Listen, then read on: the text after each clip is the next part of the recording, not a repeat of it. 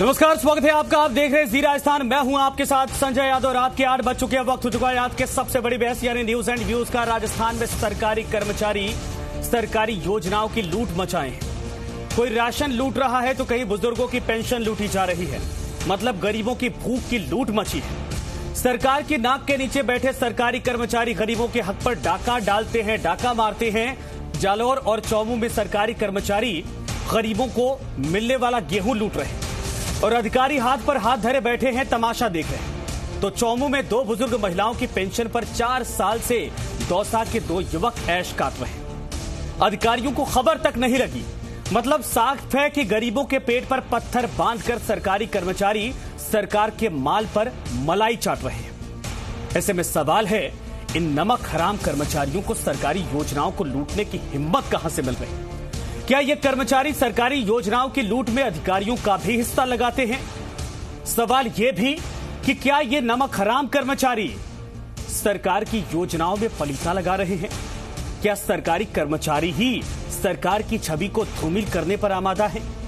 क्योंकि सरकार से तनख्वाह, मोटी तनख्वाह लेने वाले सरकारी कर्मचारी सरकार से ही नमक हरामी करते हैं। इसी पर चर्चा है आज। रिपोर्ट देखिए, फिर चलेंगे मेहमानों के पास। गरीबों के लिए योजनाएं चला रही सरकार, गरीबों के हक पर अधिकारी मार रहे डकार। कहीं राशन तो कहीं पेंशन की हो रही लूट। कैसे मिल रही है लूट की छूट? सरकारी योजनाओं के लुटेरे।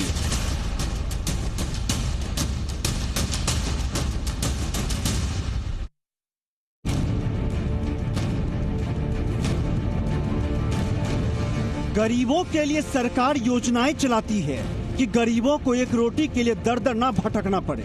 लेकिन सरकारी कर्मचारी गरीबी के पेट पर पत्थर बांधकर उनके हक को डकारे जा रहे हैं। किस जिले का नाम गिनाएं, किस योजना का नाम बताएं, इतना समझ लीजिए राजस्थान में सरकार के कर्म पर पलने वाले सरकारी कर्मचारी गरीबों की योजनाओं को लूट रहे हैं। जालोर के चितलावाना उपखंड में 251 सरकारी कर्मचारी खाद्य सुरक्षा योजना का राशन लूट डाला। 2 रुपए किलो के गेहूं की रोटी चबाने वाले सरकारी कर्मचारियों से अब 27 रुपए किलो के हिसाब से वसूली हो रही है।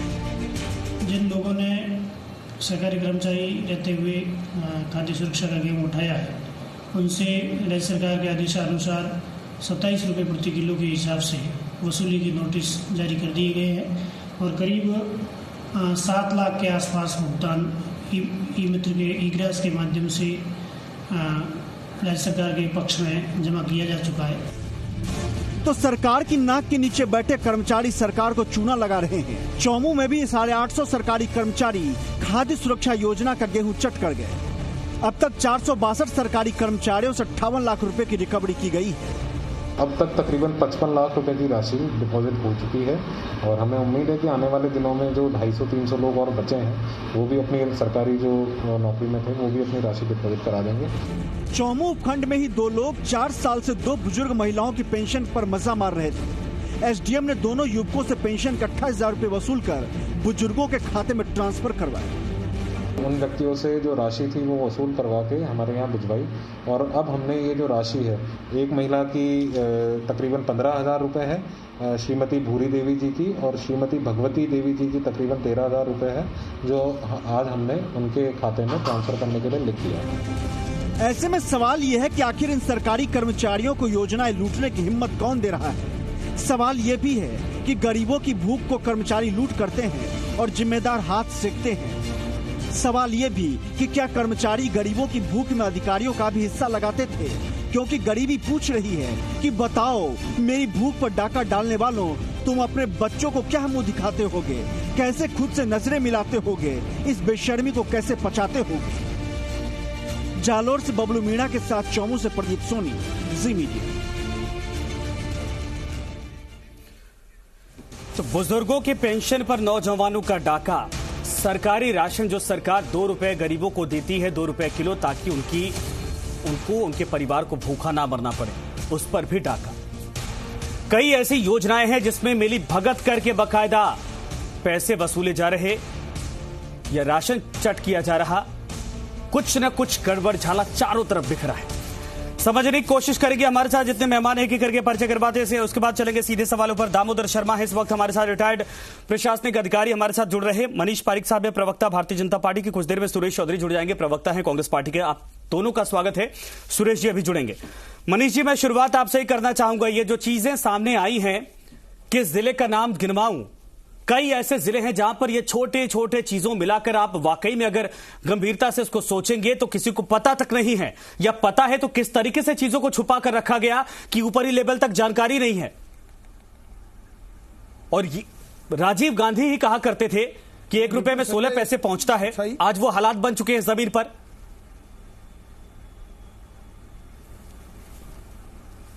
नहीं, बिल्कुल संजय, ये बहुत गंभीर बात है। आपने जैसे कहा, शर्म की बात है। हाँ। बेशर्मी की बात है कि किसी का जमीर अलाउ कैसे कर रहा है कि वो गरीबी का, जबकि उनको तनख्वाह मिलती है, रेगुलर उनका हो रहा है, लोगों का पालन पोषण बड़ी मुश्किल से हो रहा है। अब ये कोविड में आपदा आई है, उसके बाद तो बहुत मुश्किल है। तो ये कलेजा चाहिए इस तरह की बेईमानी करने का कि किसी का 2 रुपए किलो गेहूं फायदा उठा लिया जाए। और उसके, मैं कहता हूं, दुनिया में दान कर रहे हैं लोग। भारतीय जनता पार्टी सरकार में नहीं है तो भी ऐसे बहुत सारे लोगों ने, आपने देखा किस तरह से कोरोना काल में अन्न दिए, भोजन के पैकेट, राशन के पैकेट, लोगों ने इतना सहयोग करा। सही बात में एक सरकारी कर्मचारी लोग अपने बेईमानी पे अगर उतर आके आए हैं तो बहुत ज्यादा शर्म की बात है। इनके खिलाफ सख्त कार्रवाई होनी चाहिए। नहीं सर, आप लोग हर बात को लेकर जमीन पर उतर जाते हैं। मैं आप लोगों से भी सवाल पूछूंगा क्योंकि ये गरीबों के हक का मसला है। क्या जिस जिले में ये सारा घोटाला हो रहा है या होता आया है, वहां पर बीजेपी के नेताओं को भनक तक नहीं लगी? उतर जाते आप लोग भी जमीन पर, हिला डालते पूरे जिला प्रशासन को। कहीं पेंशन लूटा जा रहा, कहीं पर राशन लूटा जा रहा, कहीं पर छोटी छोटी योजनाएं हैं, उसका पता तक नहीं चलता कि पैसा कैसे डकार जाते ये हैं।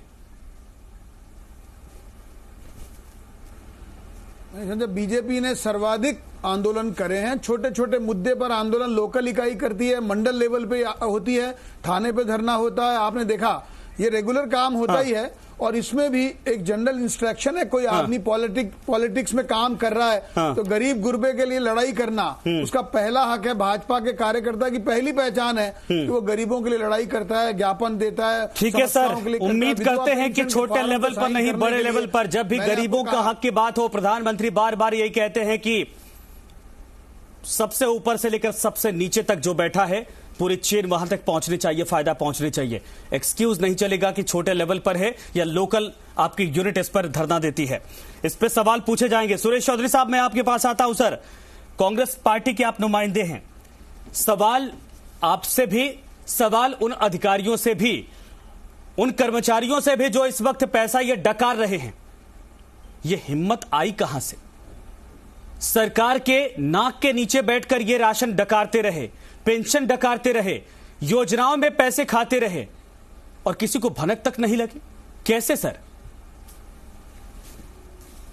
देखो संजय जी, मैं आपको कहना चाहूंगा कि अगर कोई भी अधिकारी किसी भी लेवल पे कोई भी चाहे बदमाशी करेगा, चोरी करेगा, भ्रष्टाचार करेगा, गरीब के हित की योजना का उसको पूरा लाभ नहीं देगा, उसके खिलाफ सख्त से सख्त कार्रवाई की जाएगी। लेकिन ये जो व्यवस्थाएं हैं, ये बीजेपी की सारी बिगाड़ी हुई व्यवस्था थी, सारा सिस्टम खराब किया हुआ था। उस सिस्टम को ठीक करने में टाइम लग गया, फिर ये कोरोना आ गया। लेकिन हम आपके चैनल के माध्यम से ये विश्वास दिलाते हैं कि राजस्थान सरकार के अंदर जिस योजना के तहत जिस व्यक्ति को लाभ मिलना चाहिए, उस व्यक्ति को लाभ मिलेगा। सर, कैसे मिलेगा? सुरेश जी, कैसे मिलेगा? मैं तो कह रहा हूं एक दो अगर जिले का नाम होता तब तो मैं समझता कि चलिए ठीक है, यहां पर हो गया। ये कम से कम 6-7 जिले ऐसे हैं, कहीं पर पेंशन, कहीं, मुझे शर्म इस बात की आ रही है इन अधिकारियों को लेकर। इनको सरकारें मोटी मोटी तनख्वाह देती है, 2 रुपए किलो, 2 रुपए किलो गेहूं तक इनको गरीबों को देने के लिए मुश्किल हो रही है। खुद के नाम पे अलॉट करवा लेते हैं, खुद के नाम पे वसूल लेते हैं। और सर 2 साल हो गया आपकी सरकार को आए, 2 साल में अगर आप बीजेपी पर आरोप लगा रहे कि सिस्टम बिगाड़ कर गई है, तो कितना वक्त चाहिए आपको सही करने के लिए? यादव साहब, मैं आपकी बात से सहमत हूं। मैं आपको कह रहा हूं कि राजस्थान सरकार किसी भी गरीब का निवाला कोई अधिकारी खा जाए, अरे खा गए सर, आदमी खा जाए। सुरेश चौधरी साहब, मैं बीच में टोक रहा आपकी बात को, खा गए। भी कोई गलती की है, सुरेश चौधरी साहब खा गए। आप दावा कर रहे हैं कि खाने नहीं देंगे, वो पूरा निकालेंगे। ये चिट्ठा देखिए, खा गए। 27 रुपए किलो वसूल करके भी आप क्या कर लेंगे? जो बेचारे 2 साल से भूखे आधे पेट खाकर सोए हैं, क्या वाकई में उनको जवाब दे पाएगा कोई क्या? और क्या इनको जेल की सलाखों के पीछे आप भेजेंगे? कि अगर जेल की सलाखों के पीछे आप भेजेंगे क्या वसूली करने के बाद? के लिए लाभ की ये योजना बनी है, उस व्यक्ति को इसका लाभ मिले। हमारी सरकार के तमाम अधिकारी और मंत्री से मॉनिटरिंग करा के उस व्यक्ति तक उसको लाभ पहुंचाने का काम करेंगे, इसमें लापरवाही नहीं होने देंगे। सवाल करेंगे सर, करेंगे करेंगे करेंगे, ये करेंगे होता कब है, मुझे यही बताइए ना। ठीक है, मैं आपके पास आऊंगा। मनीष पारिक साहब, कांग्रेस पार्टी का कहना है कि बीजेपी ने सिस्टम बिगाड़ा और हमें सुधारने के लिए वक्त चाहिए। बीजेपी सवाल नहीं उठा सकती, लेकिन गरीब सवाल पूछ रहा कि वो आपके पास जाए कि इनके पास जाए, बताइए, जवाब दीजिए।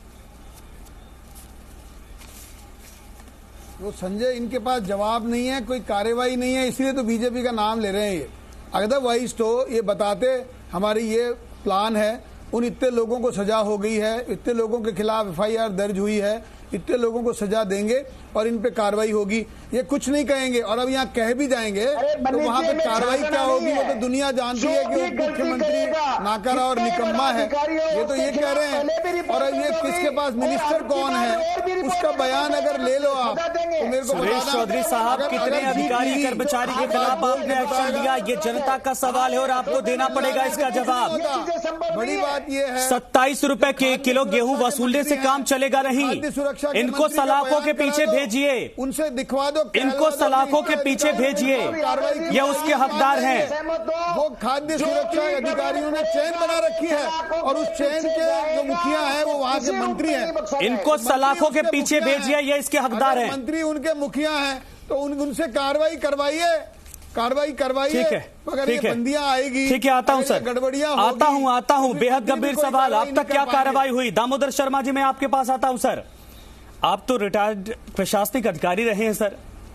ये जो नाक के नीचे इतना बड़ा गड़बड़ छाला हो जाता है, और ये अब से नहीं, अगर वाकई में ये नहीं होता तो देश की तस्वीर आज वाकई में चमकते दिखाई दी। परसों हम चर्चा कर रहे थे, डिबेट कर रहे थे, राजस्थान का ही एक ऐसा गांव है जहां पर एक ईंट तक आज तक नहीं लगी है। पता नहीं उस गांव के नाम पर नेताओं ने, अधिकारियों ने किसने पैसे बनाए होंगे, किसने अपने अकाउंट में और अपने पेट में पैसे डाले होंगे उसके नाम पर, ये किसी को अंदाजा तक नहीं है। गांव आज तक तरसता है कि एक ईंट, सिंगल ईंट वहां पर पहुंच जाए। ये किसकी शय पर यह सब होता है? क्यों ऐसा होता है कि हमें ऐसे चीजों को लेकर चर्चा करने को बैठना पड़ता है कि 2 रुपए किलो सरकार ने अनाज दिया, वो भी अधिकारी कर्मचारी डकार गए। सर, आपको तो पता होगा कैसे ये पूरा नेक्सस तैयार होता है। देखिए संजय जी, ऐसा है, मैं स्वयं एडिशनल फूड कमिश्नर भी रहा हूं। पब्लिक डिस्ट्रीब्यूशन सिस्टम है ना, जो सार्वजनिक वितरण प्रणाली गेहूं की, वो भी हमने संभाली है।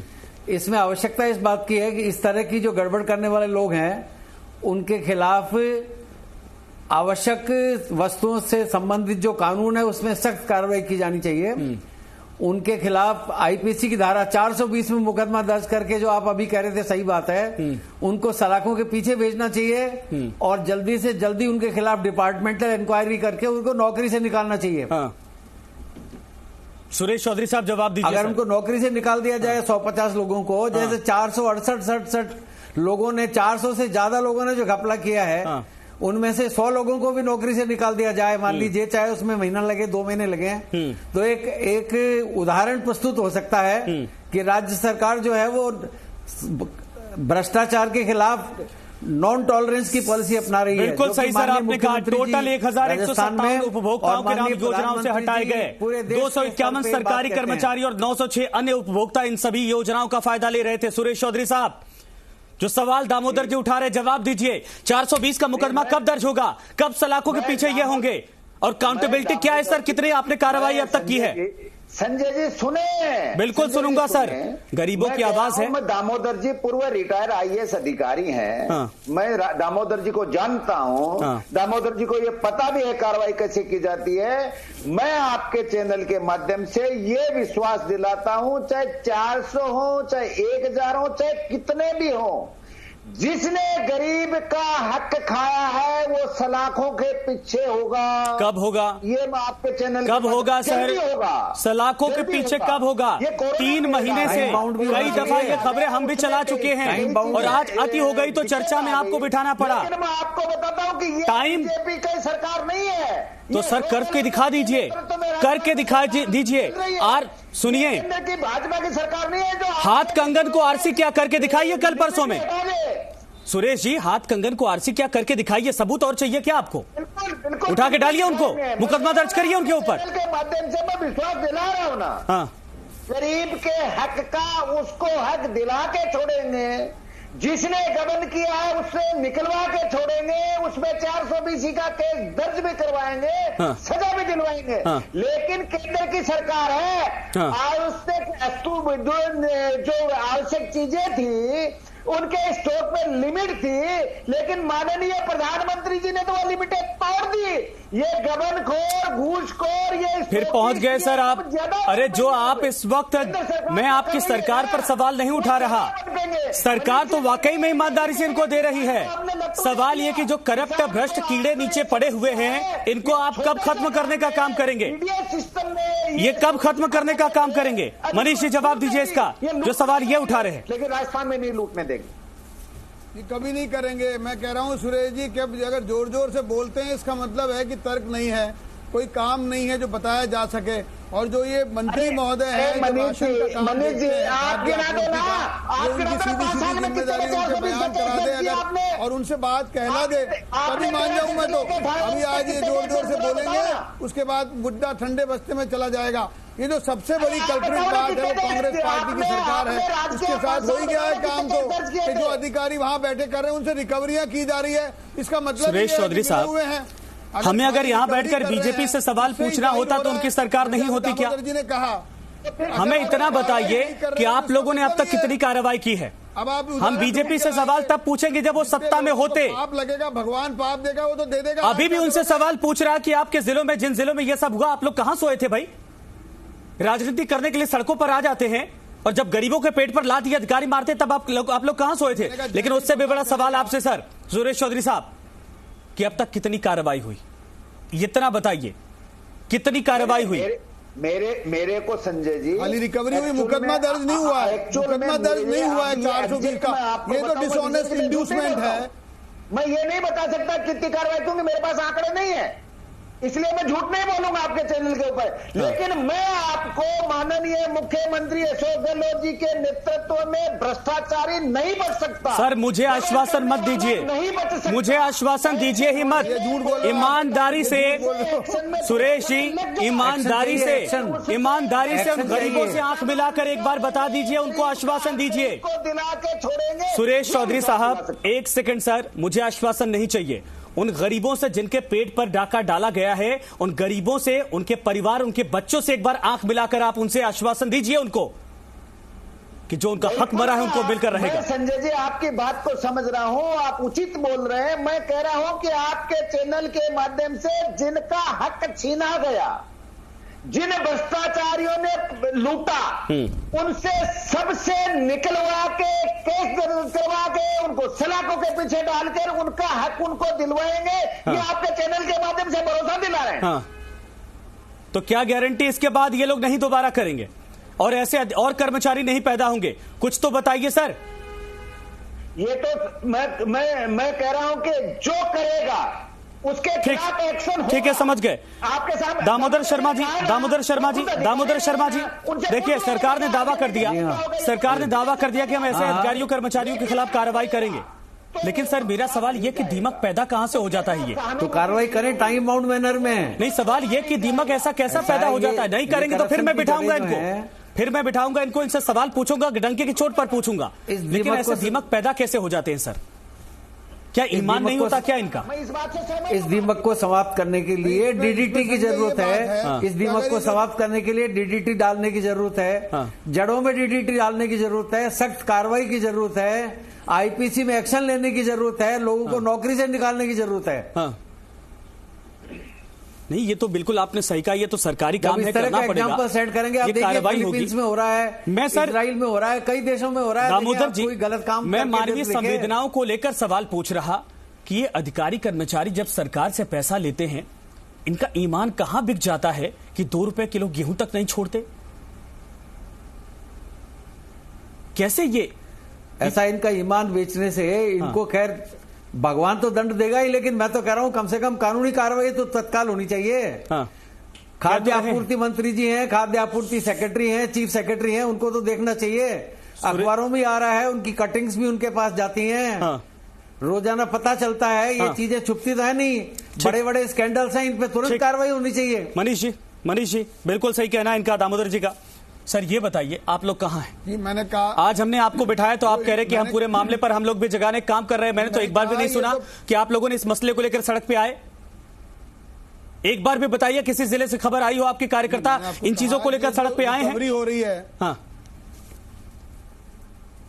ये जो रिकवरी हो रही है इसका मतलब ही है कि पर्दा डाला जा रहा है। आपको बताता हूं मैं 420। अरे तो आप लोग कहाँ हैं सर? पर्दा हटाइए। आप लोग कहाँ हैं? पर्दा हटाइए। रॉन्गफुल लॉन्ग इज देयर और रॉन्गफुल गेन इज देयर। अब रॉन्गफुल गेन और रॉन्गफुल लॉस खत्म हो जाएगा, रिकवरी हो गई तो बात खत्म हो जाएगी। और की भूमिका क्या है? और मैं ये कहना चाहता हूं, मनीष जी मुझे बताइए विपक्ष की भूमिका क्या है? अगर आपको लगता है कि सरकार ये कर रही तो आप लोग क्यों सोए हैं? और सब कुछ जानते हुए सड़क पे आते ना, आइए सड़क पर आप लोग। बिल्कुल करेंगे, मैंने कहा जगाइए इनको। भारतीय जनता पार्टी के कार्यकर्ता जैसे मीडिया अपनी जिम्मेदारी समझ रहे हैं, जो मंडल है, जो इकाई है, वहां पर वो गतिविधि करते हैं। कोई भी ऐसी घटना होती है निश्चित तौर पर कार्रवाइयां होती है।